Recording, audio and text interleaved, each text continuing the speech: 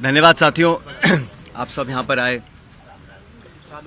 सबसे पहले तो आप जानते हैं कि कल शाम को कर्नाटक राज्य में प्रचार समाप्त हुआ है और कल यानी 10 तारीख को वहाँ पर मतदान है।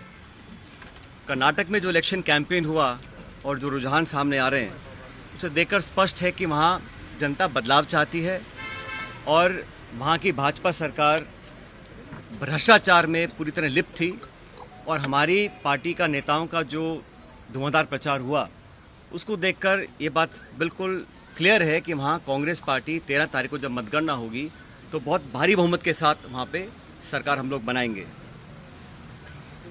कर्नाटक के चुनाव बहुत महत्वपूर्ण है क्योंकि यहाँ पर एक तरह से डायरेक्ट फाइट भाजपा कांग्रेस की है और बीजेपी ने पूरी ताकत के साथ वहाँ कैंपेन किया। प्रधानमंत्री, गृह मंत्री, सब नेता छोटे बड़े वहाँ गए, लेकिन जो मुद्दे थे उसको कांग्रेस ने उठाया और मैं समझता हूँ कि वहाँ पर अब तक का जो बहुमत हमको नहीं मिला उससे ज़्यादा बहुमत कांग्रेस पार्टी को कर्नाटक में मिलेगा।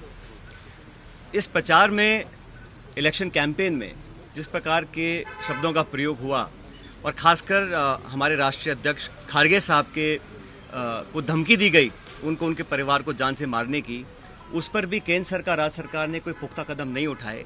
तो ये एक निम्न स्तर की राजनीति है और इसका हम सबको खंडन करना चाहिए। मैं कड़े शब्दों में इस प्रकार की वारदातों की निंदा करता हूं और उम्मीद करता था कि भाजपा के लोग इस प्रकार का पक्षपात रवैया नहीं अपनाएंगे और खारगे साहब जी को जो धमकी मिली वो एक तरह से बौखलाहट का परिचय था। साथियों, आप ये भी जानते हैं कि एक बात तो और स्पष्ट हो गई है। सामान्य मुख्यमंत्री जी का भाषण परसों धौलपुर में हुआ और उस भाषण को सुनने के बाद मुझे ऐसा लगता है कि सामान्य मुख्यमंत्री जी की नेता आदरणीय श्रीमती सोनिया गांधी जी नहीं है, बल्कि उनकी नेता वसुंधरा राजे सिंधिया जी हैं। उनकी नेता सोनिया गांधी जी नहीं हैं, बल्कि उनकी नेता वसुंधरा राजे सिंधिया जी हैं। और एक तरफ ये कहा जा रहा है कि हमारी सरकार को गिराने का काम भाजपा कर रही थी, दूसरी तरफ कहा जाता है कि सरकार को बचाने का काम वसुंधरा जी कर रही थी। तो ये जो विरोधाभास है इसको समझाना चाहिए। आप कहना क्या चाह रहे हैं ये स्पष्ट कर देना चाहिए।